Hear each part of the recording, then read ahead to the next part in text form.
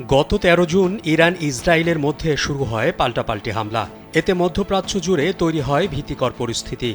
হঠাৎ দুই দেশের চলমান সংঘাতের আগুনে ঘিঠালেন মার্কিন প্রেসিডেন্ট ডোনাল্ড ট্রাম্প। এরপর পারমাণবিক স্থাপনায় হামলার প্রতিক্রিয়ায় সোমবার কাতারে থাকা মার্কিন সামরিক ঘাঁটিতে ক্ষেপণাস্ত্র হামলা চালায় ইরান। ট্রাম্পের ঘোষণার পর মঙ্গলবার থেকে অস্ত্রবিরতি কার্যকরের বিষয়টি আলোচনায় আসে।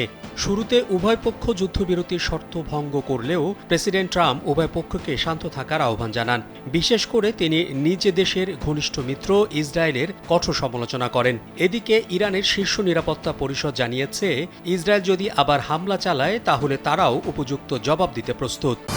Original product, best service and best offer.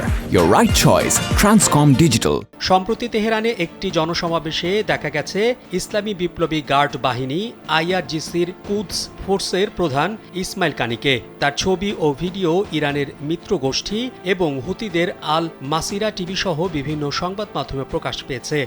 এমন খবর প্রকাশ করেছে আল জাজিরা। এর আগে ইসমাইল কানিকে হত্যার দাবি করে ইসরায়েল। এই কাজে গুপ্তচর বৃত্তির অভিযোগে একজনকে মৃত্যুদণ্ড দেয়া হয় বলে জানা যায়।